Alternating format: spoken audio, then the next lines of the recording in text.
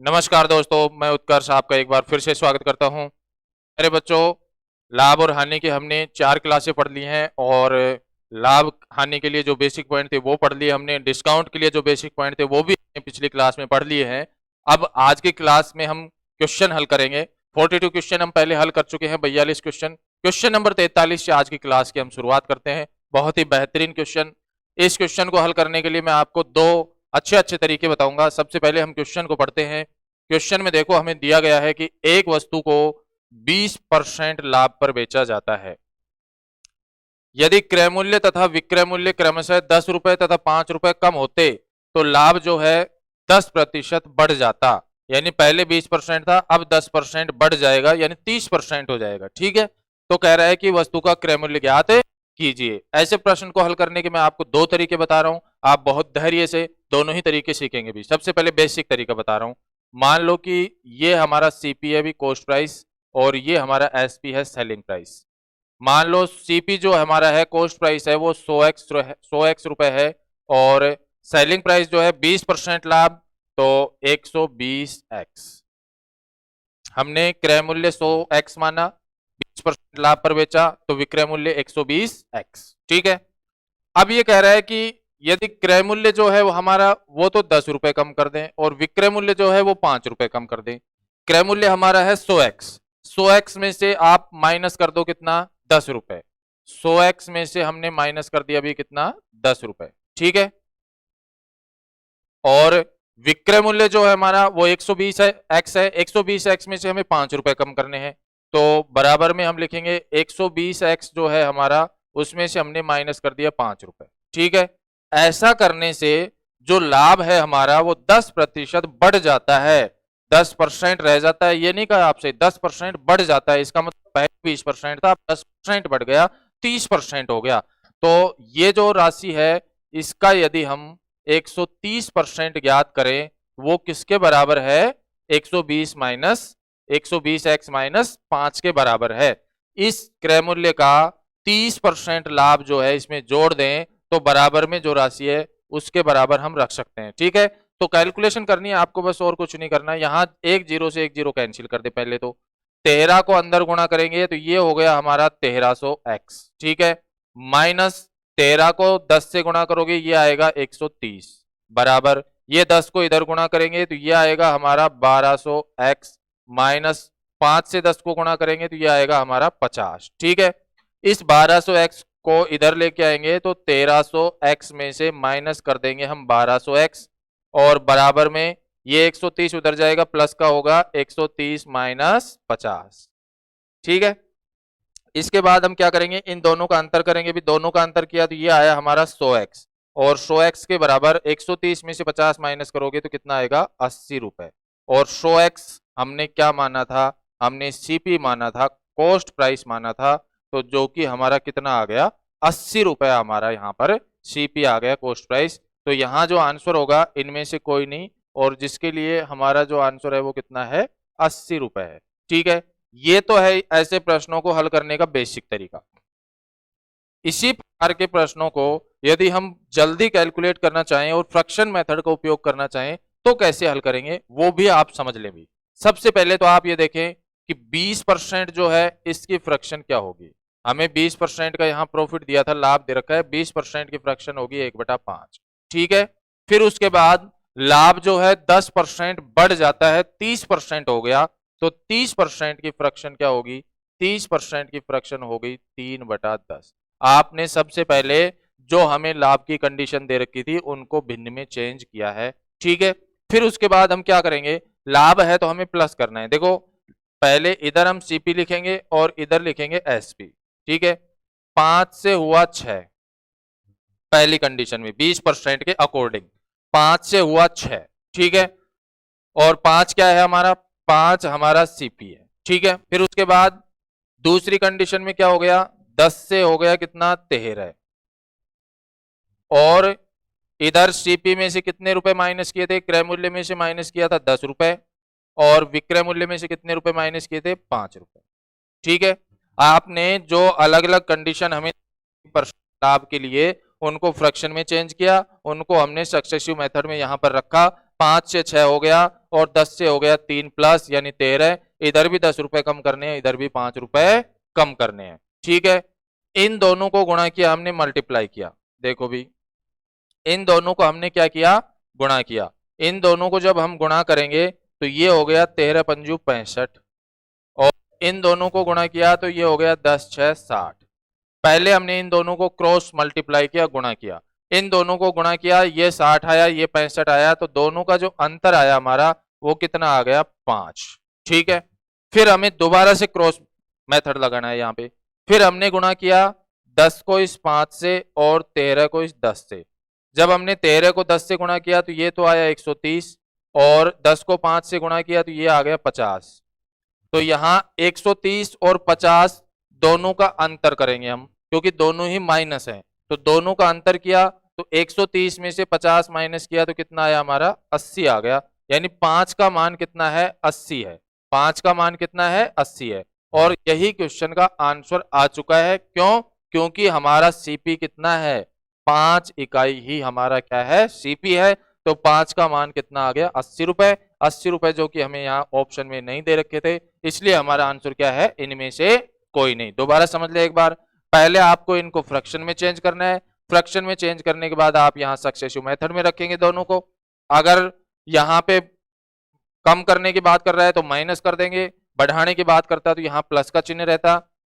ये माइनस 10 रुपए कम कर दिए, ये 5 रुपए कम कर दिए। पहले इन दोनों को क्रॉस मल्टीप्लाई करेंगे और दोनों का डिफरेंस लेंगे, फिर नीचे वाले दोनों को क्रॉस मल्टीप्लाई करेंगे और दोनों का डिफरेंस लेंगे, और जो अंतर आया 5 का उसके बराबर 80 रखेंगे। यहाँ 5 था तो हमारा रिजल्ट आ चुका है। अगर मान लो यहाँ 5 नहीं होकर 15 होता तो इसका मतलब हमारे पास 5 इकाई का मान 80 है, तो 15 का मान कितना होता, तो 40। इस तरीके से बढ़ाते जाएंगे हम। ठीक है भाई, तो उम्मीद करता हूं कि निश्चित रूप से आपको ये मेथड समझ में आ गया होगा, और बेहतरीन मजेदार क्वेश्चन था भी, क्वेश्चन नंबर 43। नेक्स्ट अगला क्वेश्चन देखिए भी, बहुत ही कॉमन सेंस का क्वेश्चन है, और क्वेश्चन में यदि आपने मेथड लगाने की कोशिश की तो आप उलझ जाएंगे। देखो, आपको दिया गया है कि एक व्यक्ति कुछ दूध खरीदता है, 5 रुपए प्रति लीटर के भाव से बेचे तो 200 रुपए की हानि होती है। 5 रुपए प्रति लीटर के भाव से वह बेचता है तो उसे 200 रुपए की हानि होती है। भी क्या होता है, 200 रुपए का लॉस होता है, हानि होती है। ठीक है, फिर आपसे बोला है यदि वह 6 रुपए प्रति लीटर के भाव से बेचे तो 150 रुपए का लाभ हो जाता है। 6 के भाव से बेचता है तो 150 रुपए का उसे लाभ हो रहा है, यानी कि 200 की जो हानि हुई उसकी भरपाई कर ली उसने और 150 रुपए और प्राप्त किए, तभी तो 150 का लाभ होगा। अगर केवल 150 रुपए मिलते तो 200 की हानि ही पूर्ति नहीं हो पाती यहाँ पर। तो यदि वो 6 रुपए प्रति लीटर के भाव से बेचता है तो उसे 150 रुपए का क्या होता है भी, प्रॉफिट होता है। तो इसका मतलब तो ये हुआ कि टोटल उसने 350 रुपए प्राप्त किए हैं, जब उसने 5 रुपए प्रति लीटर के भाव के बजाय 6 रुपए प्रति लीटर के भाव से बेचा है, तो उसने 350 रुपए प्राप्त कर लिए। इधर आप देख सकते हैं कि उसने कितना भाव बढ़ाया था, उसने भाव बढ़ाया है कितना, 1 रुपए प्रति लीटर। 1 रुपए प्रति लीटर उसने बढ़ाया और उसने टोटल 350 रुपए का लाभ प्राप्त किया, यानी लीटर 1 रुपए का लाभ ले रहा है। तो 350 रुपए का लाभ लेने के लिए तो उसे कितने लीटर दूध बेचना पड़ेगा भाई, 1 लीटर पर 1 रुपए का लाभ, तो 350 रुपए पर उसे 350 लीटर दूध बेचना पड़ेगा, तब जाकर वह यहाँ पर 350 रुपए का लाभ ले पाएगा। और जो कि हमें यहाँ पर कौन से ऑप्शन में दिया गया था, तीसरे ऑप्शन में दिया गया था। इन दोनों का डिफरेंस यदि 2 रुपए होता तो हम 2 का भाग लगाते, डिफरेंस 3 रुपए का होता तो हम यहाँ पर 3 का भाग लगा देते। ध्यान ये रखना है, ये लॉस है ये प्रॉफिट है, तो दोनों को जोड़ना है, प्लस करना है। ठीक है, नेक्स्ट देखिए, अब अगला क्वेश्चन देखिए, क्वेश्चन नंबर 45। क्वेश्चन नंबर 45 में देखो, आपको दिया है कि एक व्यक्ति जो है 2 घोड़े 1710 रुपए में बेचता है। सेलिंग प्राइस जो हमें दिया गया है वो कितना दिया है, 1710 रुपए। बहुत अच्छा क्वेश्चन है, भी बहुत अच्छा क्वेश्चन है। ठीक है, 1710 रुपए दिया गया है। पहले घोड़े का क्रय मूल्य जो है, पहले घोड़े का क्रय मूल्य जो है दूसरे घोड़े के विक्रय मूल्य के बराबर है। पहले का क्रय मूल्य दूसरे के विक्रय मूल्य के बराबर है, ये दिया गया है। ठीक है, फिर कह रहा है यदि पहले घोड़े पर उसे 10% की हानि और दूसरे घोड़े पर 25% का लाभ होता है, तो कुल लाभ या हानि बताइए, रुपए में बतानी है हमें। देखो भाई, सबसे पहले तो आप देखेंगे कि जो एसपी हमें दिया गया है वो दिया है हमें 1710 रुपए। ठीक है, एक पॉइंट तो ये क्वेश्चन में हमें दिया गया है। 10% की हानि बता रखी है, 10% का लॉस है, फ्रैक्शन 1/10, और 25% का हमें प्रॉफिट बताया है, 25% की फ्रैक्शन है 1/4। लॉस है तो माइनस करना है, प्रॉफिट है तो हमें प्लस करना है। ये बात तो आप बहुत बार और बहुत सारे क्वेश्चन में पढ़ चुके हैं कि लॉस के लिए माइनस, प्रॉफिट के लिए प्लस। ठीक है, अब यहां पर हम देखेंगे कि इधर तो हम लिखेंगे यहां पर सीपी और यहां लिखेंगे हम एसपी।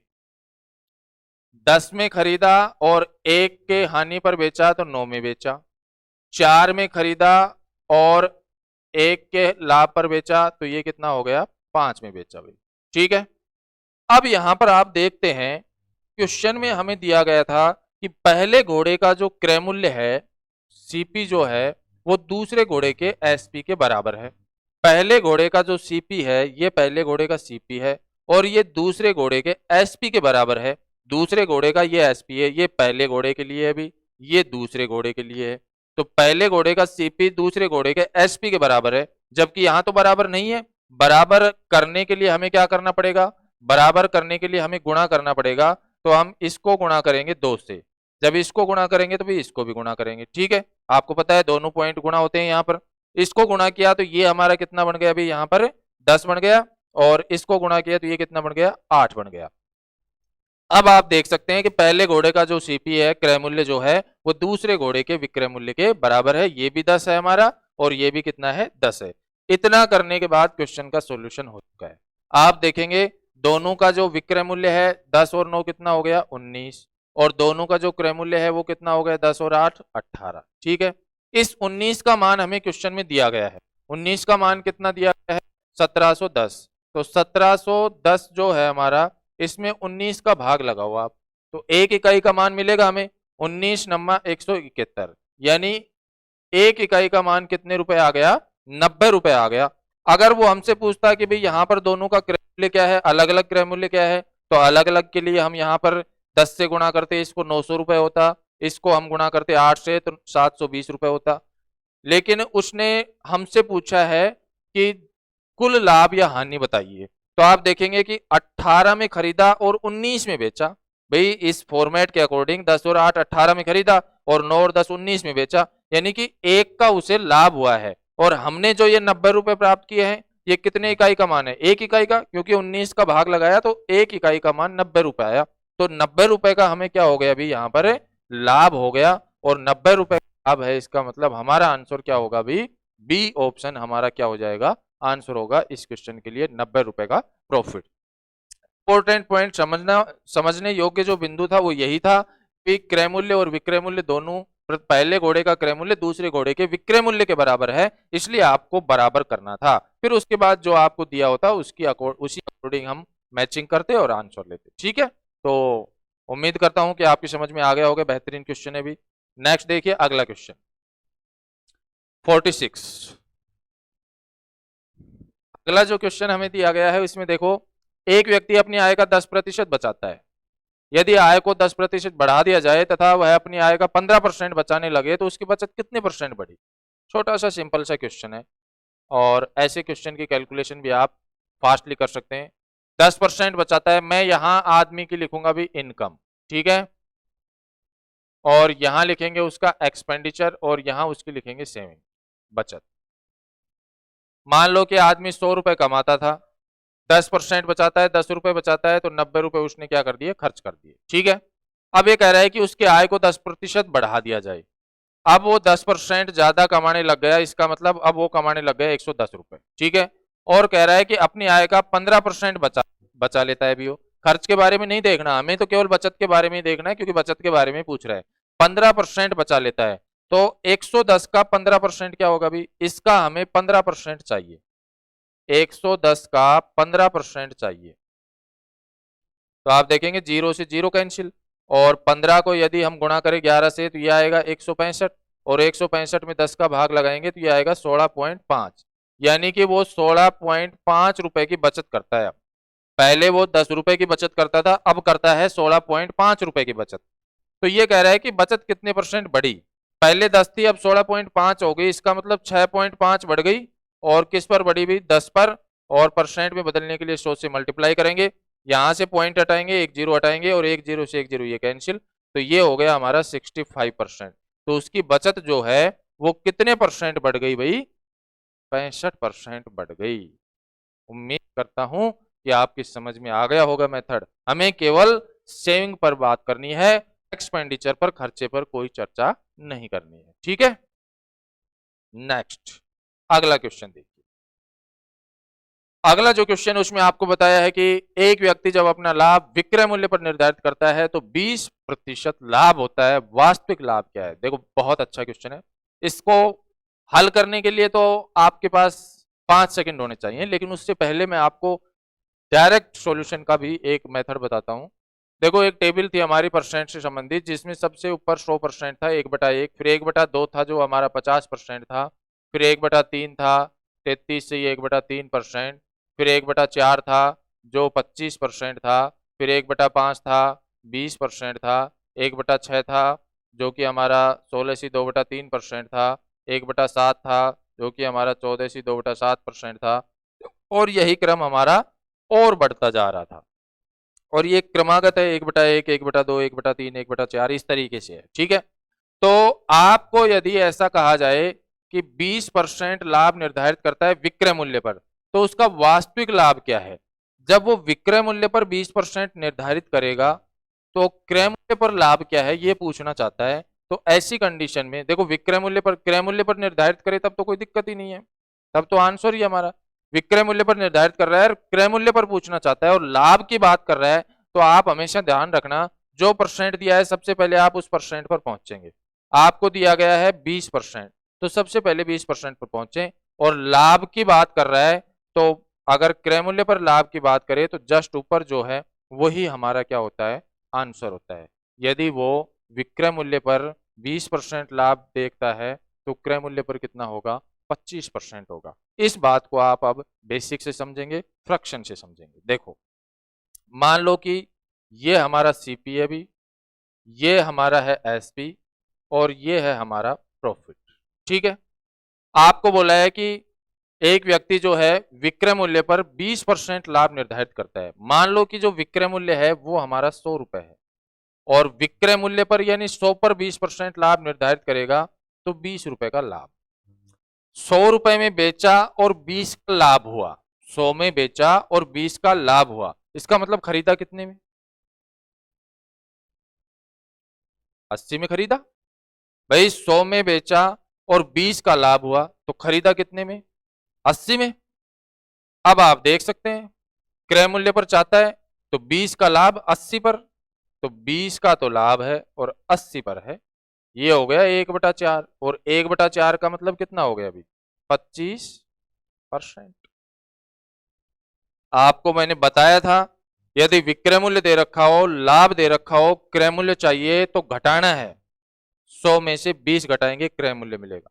अगर विक्रय मूल्य दे रखा होता, हानि दे रखी होती, क्रय मूल्य चाहिए तो जोड़ते हम, 100 में 20 जोड़ते 120 होता जब यहां पर हानि होती। यहां लाभ है तो 100 विक्रय मूल्य, 20 का लाभ, तो क्रय मूल्य कितना है? 80 है। और 80 क्रय मूल्य है, लाभ 20 का है, तो 20/80 1/4, 1/4 का मतलब 25%।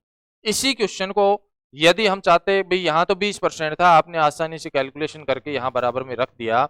अगर मान लो ऐसा होता कि यहां पर हमें 16 से 2/3% दिया होता, तो ऐसी कंडीशन में तो कैलकुलेशन हमारी कठिन हो जाएगी। तो हम क्या करेंगे, फिर फ्रैक्शन मेथड का उपयोग करते हो। फ्रैक्शन मेथड से ऐसे प्रश्न को हल करें तो फिर हमारी कैलकुलेशन क्या हो सकती है, वो भी आप इसी क्वेश्चन में समझ लेंगे भी। देखो भी, हमें दिया है 20% लाभ, तो 20% की फ्रैक्शन होगी 1/5। आपको ये 20% का लाभ जो दिया गया है ये बताया है किस पर है, विक्रय मूल्य पर। इसका मतलब ये हुआ कि ये जो 5 है हमारा, ये विक्रय मूल्य है। ठीक है, और 1 जो है हमारा, ये हमारा प्रॉफिट है, लाभ है। विक्रय मूल्य पर बताया है तो नीचे हमारा विक्रय मूल्य है और ऊपर हमारा क्या है भी, प्रॉफिट है। तो अब आप इसको देखें, विक्रय मूल्य 5 और प्रॉफिट 1, तो वही कंडीशन हमारी सीपी, एसपी और प्रॉफिट। 5 विक्रय मूल्य, 1 का प्रॉफिट, तो क्रय मूल्य कितना होगा? 4 होगा। जब विक्रय मूल्य और लाभ दे रखा है तो मैंने बताया आपको घटाना है, तो 5 में से 1 घटाएंगे तो 4 रह जाएगा, तो क्रय मूल्य कितना गया हमारा 4 आ गया। परसेंट बोल सकते हैं आप, 1 का लाभ है 4 पर और 1/4 का मतलब तो आपको बहुत अच्छे तरीके से पता है कितना होगा, 25% होगा। तो इस प्रश्न में मैंने आपको तीनों ही तरीके बताए हैं। मैंने आपको ऐसे प्रश्न को हल करने के लिए ये टेबल बताई है। डायरेक्ट आंसर के लिए लाभ है तो ऊपर की तरफ बढ़ जाना है 25%, मतलब बिना कलम चलाए आंसर मिल सकता है इनमें से कोई परसेंट है तो। अगर आप सिंपल आपको परसेंट दे रखे थे तो आप 100 मानकर भी क्वेश्चन को हल कर सकते हैं। और अगर ऐसा नहीं है, आपको फ्रैक्शन में दे रखा है, 3% दे रखे हैं, मिक्स फ्रैक्शन में दे रखा है, तो फिर आपको ये भिन्न में बदलकर इस तरीके से कैलकुलेशन करनी है। ये कैलकुलेशन भी आपके लिए बिल्कुल आसान होगी, इसमें भी आपको कोई टाइम नहीं लगेगा। आपने केवल इसको भिन्न में बदला, नीचे विक्रय मूल्य है ऊपर लाभ है, या फिर नीचे विक्रय मूल्य मिलेगा ऊपर हानि मिलेगी। लाभ है तो फिर घटाना है, हानि है तो फिर जोड़ना। ठीक है, तो निश्चित रूप से आपकी समझ में आ गए हो गए ये क्वेश्चन। नेक्स्ट क्वेश्चन की ओर बढ़ते हैं भी, क्वेश्चन नंबर 48। अब यहां से हमारा शुरू हो गया। अभी यहां से हम जो डिस्काउंट था हमने पिछली क्लास में, उसको हम ऐड करते चलेंगे। ऐसे क्वेश्चन में हम डिस्काउंट का भी उपयोग हमें मिलेगा, एमआरपी का भी मिलेगा, तो आप क्वेश्चन को हम जोड़ते हुए आगे बढ़ रहे हैं। देखो भी, आपको दिया है एक दुकानदार जो है अंकित मूल्य पर 30% की छूट देता है और 20% का लाभ कमाता है। तो बताइए अंकित मूल्य क्रय मूल्य से कितने प्रतिशत अधिक? अंकित मूल्य जो है, एमआरपी जो है, सीपी से कितना अधिक है, ये हमसे पूछा है। मैंने आपको देखो ऐसे प्रश्न को हल करने के लिए 2 तरीके बताए थे। मैंने बताया था कि हम लिखेंगे एमआरपी बटा सीपी बराबर 100 प्लस लाभ और 100 माइनस छूट। एक तरीका तो ये बताया था आपको। एमआरपी बटा सीपी, हमें एमआरपी चाहिए, सीपी हम 100 मानते हैं, क्रय मूल्य हम क्या मान लें, 100 मान लें। एमआरपी तो हमें चाहिए और सीपी हमने मान लिया 100 है। लाभ कितना है भी, जोड़ दो आप 100 में, 20% लाभ, तो प्लस कर दिया हमने 20। डिस्काउंट कितना है हमारा, 30% की छूट, तो 100 माइनस 30। तो ये हमारे पास आया एमआरपी बटा 100 और बराबर में 120 बटा कितना हो गया, 70। ठीक है, तो यहां तक आप कैलकुलेट कर लिया। फिर उसके बाद आप देखेंगे कि यहां 0 से हम 0 कैंसिल कर सकते हैं, और यदि हम इसको मल्टीप्लाई करें तो ये हमारा बनेगा 1200 और इधर हम मल्टीप्लाई करेंगे तो ये एमआरपी इंटू 7 होगा। तो यदि हमें एमआरपी चाहिए तो हम क्या करेंगे, 1200 में भाग लगाएंगे 7 का। 1200 में 7 का भाग लगा दो भाई, 7 एकम 7, कितना रह गया अभी 5, 50 हो गया, 7 7 49, 1 रह गया 10 हो गया, 7 एकम 7, 3 रह गया, 3/7%। हमारा आ गया 171 सही 3/7%, यस 171 सही 3/7 रुपए। बात एक ही है, ठीक है। तो आप देखेंगे कि हमने सीपी जो है, कॉस्ट प्राइस जो है 100 रुपए मानना था, और अब वो हो गया 171 सही 3/7 रुपए। यानी कि जो एमआरपी है वो हमने 100 से कितना बढ़ा रखा वो हमें चाहिए। तो हम 100 में 171 सही 3/7 में से 100 माइनस करेंगे तो हमारा रिजल्ट क्या आएगा, 71 सही 3/7%। इसमें से यदि हम सीपी माइनस कर देंगे तो हमारा आंसर आएगा 71 सही 3/7%। इसी प्रश्न को आप मात्र 5 सेकंड में हल कर सकते थे। आपको मैंने सिखा रखा है, बता रखा है, डिस्काउंट की बेसिक क्लास में ये मैंने बता दिया आपको कि यदि हमें लाभ दे रखा हो, छूट दे रखा, हमसे पूछेगी कितने परसेंट एमआरपी बढ़ाकर रखा, यानी अधिकता प्रतिशत के बारे में जो मैंने बताया था उसी का हम यहाँ पर उपयोग करते, हमें यहाँ परसेंट का रिजल्ट मिलता। हमें पता है लाभ प्लस छूट, मैंने आपको बताया था कि लाभ लिखेंगे प्लस लिखेंगे छूट, यही बताया था। नीचे हम लिखेंगे 100 माइनस छूट और गुणा करेंगे कितने से, 100 से। लाभ कितना है हमारा 20 प्लस छूट कितनी है 30 बटा 100 माइनस छूट, 100 में से छूट 30 माइनस करोगे कितना आएगा 70। ये हो गया 50/70, यानी 5/7। और 5/7 को यदि परसेंट में बदलना है तो 100 से गुणा कर लेंगे। बाकी 5/7 का मतलब आपको पता है क्या आता है, 71 सही 3/7% मिलता है। तो इस मेथड से भी हम क्वेश्चन का सॉल्यूशन कर सकते हैं। दोनों ही मेथड आपके पास, अधिकता परसेंट पूछा है, कितने परसेंट बढ़ाकर रखा, तो आप दोनों में से जो मेथड आपको अच्छा लगे उसी मेथड से क्वेश्चन का सॉल्यूशन कर लेना। तो उम्मीद करता हूं कि क्वेश्चन समझ में आ गया। नेक्स्ट देखिए अगला क्वेश्चन 49। आपसे बोला है कि एक दुकानदार अपने सामान पर क्रय मूल्य से 20% अधिक मूल्य अंकित करता है, क्रय मूल्य से 20% अधिक मूल्य अंकित करता है तथा अंकित मूल्य पर 15% की छूट देता है, उसका लाभ प्रतिशत ज्ञात कीजिए। भाई ये तो है हमारा सीपी और ये हमारा एमआरपी, ठीक है। मान लिया कि 100 रुपए सीपी है, क्रय मूल्य से 20% अधिक अंकित करता है तो 120 रुपए, ठीक है, तथा अंकित मूल्य पर 15% की छूट देता है। इस 120 पर वो 15% का डिस्काउंट दे रहा है, तो 120 का यदि हमें 15% चाहिए तो आप देखेंगे 120 इंटू 15 और बटा कितना 100, तो ये 6 बार कैंसिल और ये कितनी बार 20 से 6 बार और ये 5 बार और 5 से 3 बार, 6 तिया 18 रुपए की छूट दे दी उसने। इसका मतलब उसका एसपी जो है वो कितना आ गया, 120 में से 18 माइनस कर दो 112 रुपए। हमने यहाँ पर सीपी 100 माना था और एसपी हमारा कितना आ गया 112 रुपए, तो लाभ जो हुआ वो कितना हुआ, हमें लाभ कितना हुआ अभी भाई, यहां पर हमारे पास 15% की छूट है तो हमने 15% याद किया, 120 का 15%, 20 से 6 बार और 5 बार, 5 का भाग 3 बार, 6 तिया 18 रुपए की छूट दे दी उसने। 18 रुपए की यदि उसने छूट दे दी तो 120 में से हम 18 माइनस करेंगे, ये 102 आएगा भी, कितना आएगा 102, 120 में से 18 माइनस करेंगे 102 रुपए, तो 102 100 से कितना ज्यादा है 2, इसका मतलब तो जो लाभ है वो कितने परसेंट है अभी 2% का लाभ है, और 2% का लाभ हमें कौन से ऑप्शन में दिया था, पहले ही ऑप्शन में दिया गया था, ठीक है। मजा आ रहा होगा पढ़ने में आपको ऐसे प्रश्न। अब कुछ नहीं है, आपको जब बेसिक क्लियर है तो फिर ऐसे प्रश्नों में आपको ज्यादा टाइम वेस्ट करना ही नहीं है, ठीक है अभी। नेक्स्ट देखिए, हाँ 3 बट्टे हैं, ऐसे बहुत सारे प्रश्न मैंने आपको बता दिए हैं बेसिक क्लास में। देखिए आपके पास 3 बट्टे क्या क्या हैं, अभी 3 क्रमागत बट्टे हैं और 3 जो बट्टे हमें दिए गए हैं उनकी हमें फ्रैक्शन बनानी है। 30% फ्रैक्शन बोलो 3/10, 20% फ्रैक्शन बोलो 1/5, 5% फ्रैक्शन बोलो 1/20, ठीक है।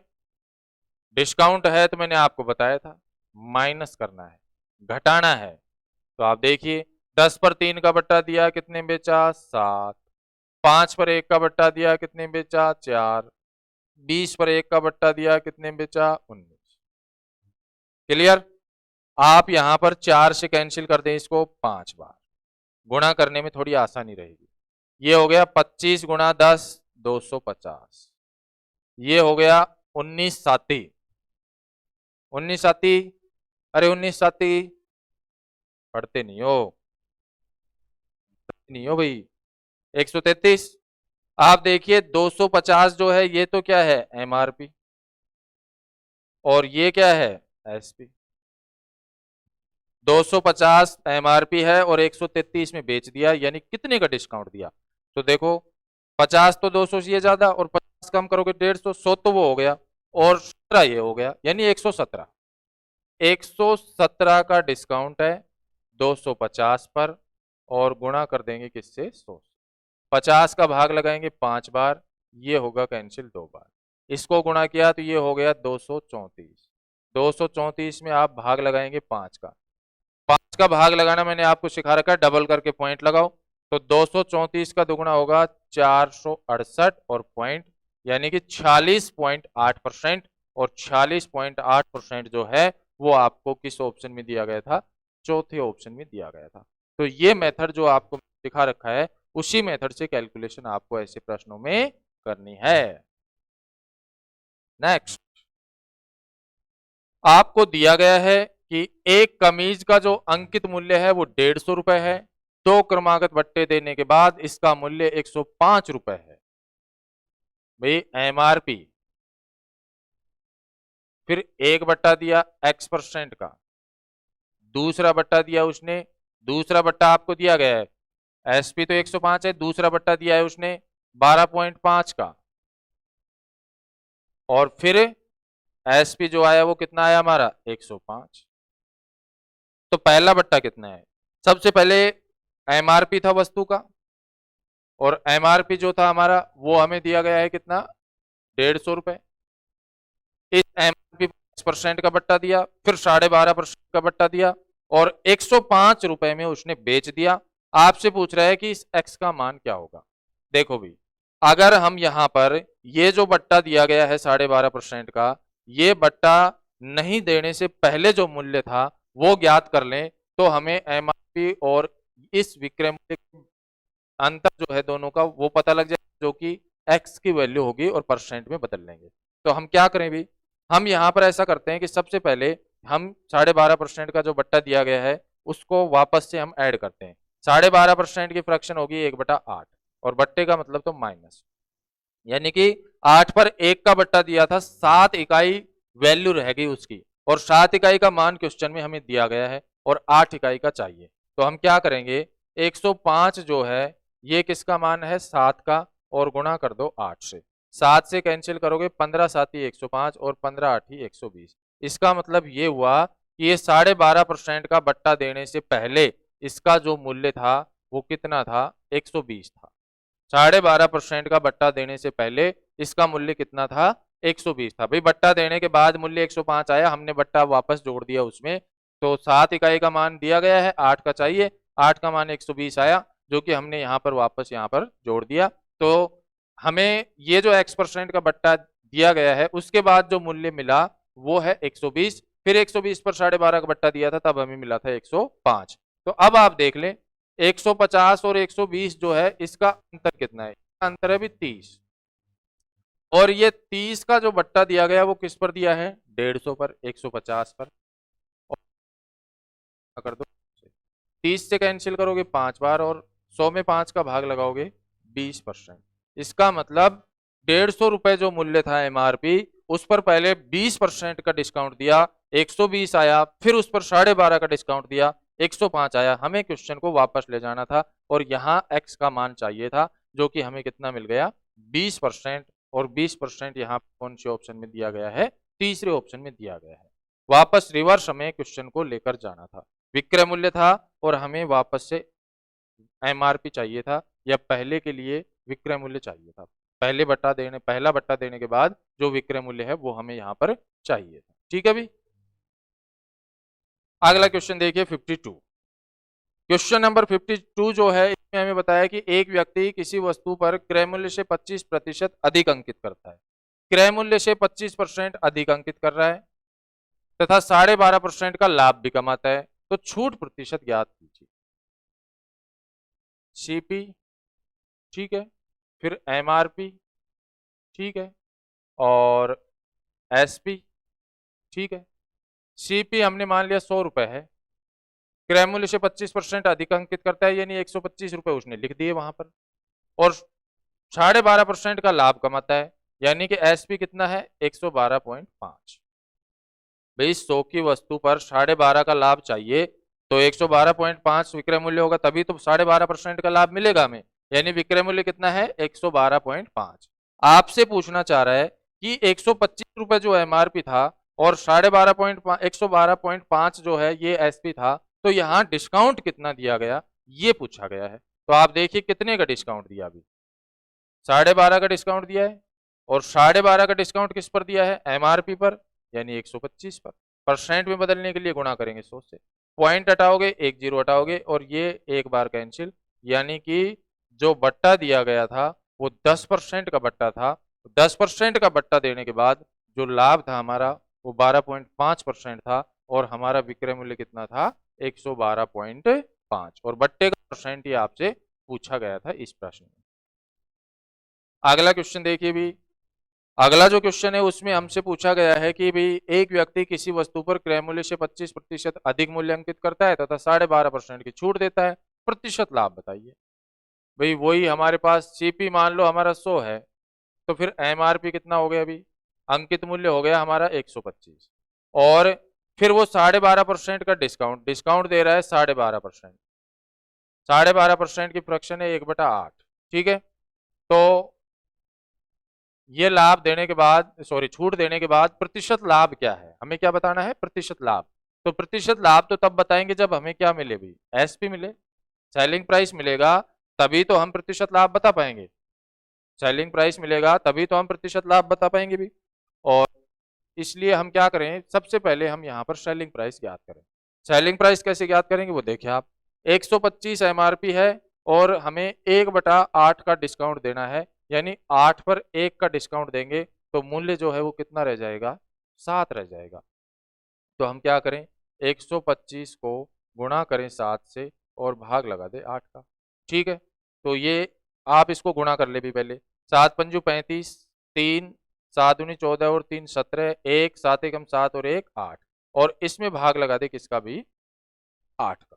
8 का भाग लगाएंगे तो आप देखेंगे 8 एकम 8, फिर 7 रह गया, भाग नहीं गया 0, 75 हो गया, 8 नाम 72, 3 रह गया बटा 8, यानी कि 109 सही 3/8 जो है ये हमारा आ गया यहाँ पर क्या, विक्रय मूल्य। और क्रय मूल्य कितना था, 100, तो 100 से कितना अधिक है भी ये, 100 से कितना अधिक है, 9 सही 3/8, 9 सही 3/8 100 से अधिक है, तो ये परसेंट में भी उतना ही है, तो हमारा आंसर जो होगा वो होगा 9 सही 3/8% का, यहाँ पर हमें क्या हो गया, लाभ हो गया। नेक्स्ट देखिए आप अगला क्वेश्चन, क्वेश्चन को आप बहुत ही धैर्य से पढ़ेंगे भी, लगातार आप फटाफट से क्वेश्चन हल कर रहे हैं, हो सकता है कि आपका जो हाथ थक गया होगा ऐसे हल करते करते, तो आप क्वेश्चन को पढ़ लें पहले आराम से, फिर उसके बाद क्वेश्चन देखेंगे। जल्दबाजी नहीं करनी है, धैर्य से पढ़ना है, समझ समझ कर पढ़ना है, फिर वापस से प्रैक्टिस कर लगानी है आपको, 2-3 बार हल करेंगे, 2-3 बार आप वीडियो को देखेंगे, निश्चित रूप से जो मेथड है, जो पॉइंट है वो क्लियर हो जाएंगे, फिर चाहे क्वेश्चन एग्जाम में कैसा भी आए आपको कोई दिक्कत नहीं आएगी। देखिए भाई, आपको बताया है कि एक दुकानदार अपने सामान पर इस प्रकार मूल्यांकित करता है कि 10% का कमीशन देने के बाद भी वह 25% का लाभ कमाता है। उस वस्तु का क्रय मूल्य क्या होगा जिसका अंकित मूल्य जो है 1100 रुपए है। आपको मैंने सिखा रखा है कि एमआरपी अंकित मूल्य बटा सीपी बराबर 100 प्लस प्रॉफिट 100 माइनस डिस्काउंट। रामबाण है भी एक तरीके से डिस्काउंट के लिए कई प्रकार के प्रश्नों को समेट लेता है, हल कर देता है। ठीक है, एमआरपी हमें कितना दिया गया है, 1100 रुपए। फिर उसके बाद हमसे पूछा है क्रय मूल्य, तो सीपी हमें चाहिए, लाभ कितना है भी 25% का, और डिस्काउंट कितना है 10% का। क्लियर, तो ये हमारा क्या है भी 10%। ऊपर है 1100, नीचे है सीपी बराबर ये 125 और ये कितना है भी हमारा 90। अब आपको यहाँ कैलकुलेशन करनी है, भी कैंसिल करना है। देखो कैसे कैलकुलेशन करोगे आप, 5 का भाग लगाओ, 18 पंजू 90, 5 का भाग लगाओ, 25 पंजू 125। ठीक है, फिर उसके बाद आप देखिए 25 से इसको कैंसिल करेंगे तो ये कैंसिल होगा 44 बार, तो सीपी जो हमारा आएगा वो आएगा 44 गुणा 18, 18 चौक 72, यानी यूनिट डिजिट जो है, इकाई अंक जो है वो 2 आएगा, एक ही ऑप्शन है, आंसर आ गया। गुणा कर लो भी, 18 चौक 72 और 7 79, 792, जो कि हमें यहाँ पर पहले ऑप्शन में दिया गया था। एमआरपी दिया गया था, लाभ दिया गया था, डिस्काउंट दिया गया था, क्रय मूल्य पूछा था, फॉर्मेट आपके पास है, तुरंत सॉल्यूशन करना है। ठीक है, नेक्स्ट अगला क्वेश्चन देखिए, आसान सा क्वेश्चन है, लाभ हानि से जुड़ा हुआ है। क्वेश्चन में आपको दिया गया है कि भी एक वस्तु को 960 रुपए में बेचने पर एक व्यक्ति को 20% लाभ होता है, वह इसे कितने रुपए में बेचे कि उसे 15% हानि हो।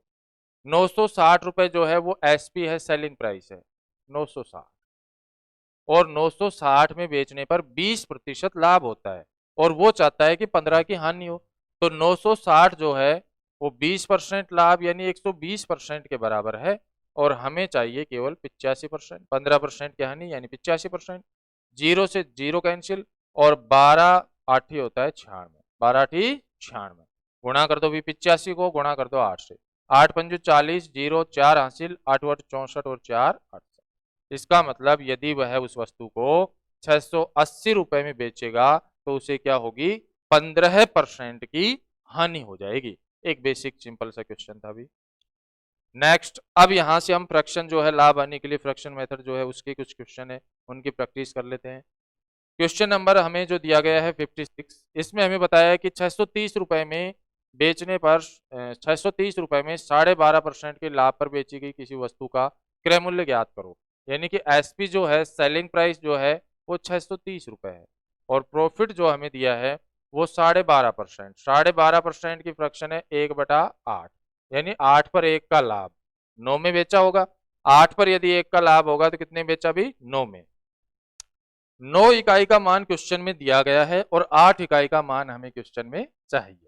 तो देखो भाई, 9 यूनिट का मान कितना दिया है? 630। तो आपको पता है 9 7 63 होता है, यानी 70 से गुणा कर रहा है। हमें चाहिए 8 यूनिट का मान। हम 8 को भी मल्टीप्लाई कर दें 70 से। 70 से गुणा करोगे तो 8 गुणा 7, 7 8 56 और 1 0, यानी 560 रुपए जो है ये उसका क्या था? पोस्ट प्राइस था, क्रय मूल्य था, जो कि यहाँ पर हमें डी ऑप्शन में इनमें से कोई नहीं हमारा आंसर होगा। आपने क्या किया? 12.5% फ्रैक्शन आपको लाभ दिया गया था। 12.5% की फ्रैक्शन 1/8 लाभ है, तो इसका मतलब जोड़ा था। और 630 रुपए जो है वो हमारा एसपी है, यानी 8 में 1 जोड़ा 9। 9 इकाई का मान हमें दिया गया है 630। 9 7 63 होता है, 1 0 लगाता है, यानी 9 को 7 से गुणा करके 1 0 लगानी है। हमें 8 का मान चाहिए, तो 8 को 7 से गुणा करेंगे, 8 7 56 होता है और 1 0 लगाएंगे तो 560 रुपए हमारा क्या होगा? यहाँ पर क्रय मूल्य होगा, सीपी होगा। अगला क्वेश्चन भी कुछ इसी प्रकार का है। भी आपको यहाँ पर जो एसपी दिया गया है 1470 रुपए दिया गया है और प्रॉफिट जो बताया है वो है 16/2/3%। 16/2/3% की फ्रैक्शन 1/6 और 6 पर 1 का लाभ, इसका मतलब 7 में बेचा है। और क्रय मूल्य ज्ञात करो, ये आपसे पूछा है। तो 7 यूनिट का मान हमें कितना दिया है? 1470 दिया है, यानी वास्तव में 7 का दुगुना, 7 एकम 7 और 0, जो संख्या है उसको हमने कितने से गुणा किया है? 210 से गुणा किया है। 210 से यदि हम गुणा करें तो हमारा रिजल्ट कितना आएगा? 1470 आएगा। हमें 6 का मान चाहिए, इस 6 को भी गुणा कर दो आप 210 से। 210 से गुणा करोगे तो ये 0 6 और 6 दूनी 12, 1260 रुपए हमारा क्रय मूल्य आएगा, जो कि हमें यहाँ पर दूसरे ऑप्शन में दिया गया था। एसपी दिया गया था, लाभ दिया गया था, लाभ का परसेंट दिया गया था और हमें सीपी के बारे में पूछा गया था। और फ्रैक्शन जो है यहाँ पर मिक्स फ्रैक्शन दे रखी थी, तो हमें यहाँ फ्रैक्शन मेथड से हल करने में काफी आसानी होगी। ठीक है, नेक्स्ट देखिए अगला क्वेश्चन, क्वेश्चन नंबर 58। आपसे बोला है कि एक दुकानदार किसी वस्तु को विक्रय मूल्य पर 16/2/3% लाभ पर बेचता है। वास्तविक लाभ यानी क्रय मूल्य पर लाभ क्या होगा? अभी मैंने आपको बताया था। देखो, मैंने आपको यहाँ जो सीक्वेंस लिखवाया था वो था 100% था, भी 50% था, फिर 33 से ये 1/3% था। लाभ के लिए ऐसा प्रश्न आ चुका है, ये हानि का प्रश्न है अभी। और सॉरी, ये भी लाभ का प्रश्न है। ये हमारा 25% है, ये हमारा 20% है, ये हमारा 16/2/3% है और फिर हमारा 14/2/7% है। ये सीक्वेंस हमारा हमें दिया गया है 16/2/3% लाभ पर बेचता है, वो भी किस पर काउंट कर रहा है? एसपी पर, सेलिंग प्राइस पर, विक्रय मूल्य पर। और पूछ रहा है कि वास्तविक लाभ, ये रहा 16/2/3%। यदि हमें वास्तविक लाभ चाहिए तो मैंने आपको बताया था कि जस्ट ऊपर बढ़ना है लाभ के लिए। लाभ के लिए यदि हम जस्ट ऊपर बढ़ें तो 16/2/3% के ऊपर क्या है? 20% है, तो इसका मतलब वास्तविक लाभ क्या होगा? हमारा 20% होगा। अगर हम इसी प्रश्न को बेसिक मेथड से या फ्रैक्शन से हल करते हैं तो आपको पता है 16/2/3% की फ्रैक्शन 1/6, ये हमारा एसपी है और ये हमारा प्रॉफिट है। यही बताया था मैंने आपको। अब यहाँ पर हम रख देंगे, हमें 3 पॉइंट दिए गए हैं, सीपी, एसपी और प्रॉफिट। एसपी हमारा 6 है और प्रॉफिट 1 है। 6 पर बेचने से 1 का लाभ होता है, इसका मतलब खरीदा कितने में? 5 में। बताया था मैंने आपको कि भाई यदि एसपी दे रखा हो और प्रॉफिट दे रखा हो, विक्रय मूल्य दे रखा हो, लाभ दे रखा हो, क्रय मूल्य चाहिए तो घटाना है, तो 6 में से घटाओगे 5। सीपी हमारा 5 आ गया, तो हम प्रॉफिट में बदल सकते हैं, प्रॉफिट परसेंट में। 1 का प्रॉफिट है 5 पर और 1/5 का मतलब क्या होता है प्यारे बच्चों? 20% होता है, और जो कि हमें यहाँ पर पहले ही ऑप्शन में दिया गया था। तो दोनों ही तरीके आपके पास, आपको जो अच्छा लगे उसी से हल कर देना। अगर केवल इस टेबल में से क्वेश्चन आए तो फिर आपको कैलकुलेशन की जरूरत नहीं है, आप डायरेक्ट टेबल में से ही आंसर लगा देना। ठीक है, नेक्स्ट देखिए अगला क्वेश्चन, विक्रय मूल्य पर 8/1/3% लाभ पर बेचता है, वास्तविक लाभ परसेंट क्या होगा। अब ये भी हमारा टेबल में शामिल था। देखो जैसे नीचे आते हैं, सबसे पहले होता है हमारा 100% होता है, फिर 50% था, फिर हमारा था 33/1/3%, फिर हमारा था 25%, 20%, 16/2/3%, 14/2/7%, फिर 12.5%, फिर 11/1/9%, फिर 10%, फिर इसी के नीचे 9/1/11%, फिर था 8/1/3%। ये टेबल इसी सीक्वेंस में आगे नीचे बढ़ा सकते हैं हम। हमें क्वेश्चन में दिया था 8/1/3%, ये दे रखा हमें 8/1/3% दे रखा है, अभी ये दे रखा। और ये कह रहा है कि लाभ पर बेचता है, वास्तविक लाभ, लाभ है तो फिर ऊपर की तरफ बढ़ना था। हमारा आंसर क्या होता, 9/1/11%, और 9/1/11% यहाँ पर हमें दिया गया था डी ऑप्शन में। यदि आप इसको हल करते तो आपको पता है 8/1/3% की फ्रैक्शन है 1/12। ये एसपी हमारा और ये है हमारा प्रॉफिट। तो आप देखेंगे यहाँ पर ये सीपी, एसपी और प्रॉफिट, एसपी 12 और प्रॉफिट 1। 12 पर 12 में बेचने पर 1 का लाभ हो रहा है, खरीदा कितने में, इसका मतलब 11 में।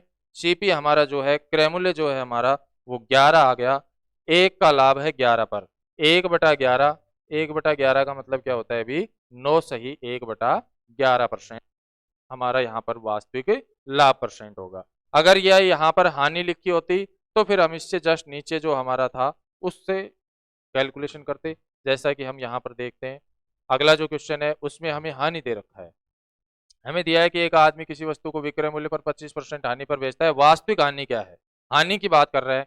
इसी टेबल से इस क्वेश्चन का आंसर भी मिल सकता है हमें। 100%, 50%, यहाँ 33/1/3%, फिर उसके बाद था हमारा 25%, फिर हमारा था 20%, फिर था 16/2/3%, फिर था हमारा 14/2/7%। ये सीक्वेंस हमारा आगे भी बढ़ता जाएगा, आप इस टेबल को सीक्वेंस में याद रखना। फिर आप देखेंगे 25% हानि, तो जो 25% हमें दिया गया है वो कहाँ दिया गया है भी, ये रहा 25%। हानि की बात कर रहा है, देखो लाभ था क्वेश्चन में तब तो हम ऊपर की तरफ बढ़ रहे थे, लाभ के लिए ऊपर जाना है। हानि है तो नीचे की तरफ आएंगे, नीचे की तरफ हमें जो दिया गया है 25 से जस्ट नीचे जो दिया गया है वो 20% दिया है। इसका मतलब तो यहाँ यदि क्रय मूल्य पर हम काउंट करें कितने परसेंट हानि होगी, तो वो कितनी होगी 20% की। इसी प्रश्न को यदि फ्रैक्शन से करें हम, तो 25% जो है इसकी फ्रैक्शन होगी 1/4। आप देखेंगे ये हमारा सीपी है, ये एसपी है, और ये हमारी हानि है, लॉस है, क्योंकि ये एसपी है हमारा और ये हमारा लॉस है भी। प्रॉफिट था तो ऊपर प्रॉफिट होता है, लॉस है तो फिर ऊपर क्या होगा, लॉस होगा। तो आप देखिए यहाँ पर एसपी जो है हमारा वो 4 है और लॉस हमारा 1 है, यानी कि 4 में बेचने पर 1 की हानि होगी उसको। तो खरीदा कितने में, इसका मतलब 5 में। 4 में बेचने पर 1 की हानि है तो खरीदा कितने में, 5 में। आपको पता है जब विक्रय मूल्य दे रखा हो, हानि तो क्रय मूल्य के लिए जोड़ना होता है। तो आप जोड़ देंगे, 4 और 1 5 हो गया। देखो वैसे तो लॉस है, घटा मत देना, लॉस है तो जुड़ेगा, वापस से प्लस करना है आपको, ठीक है।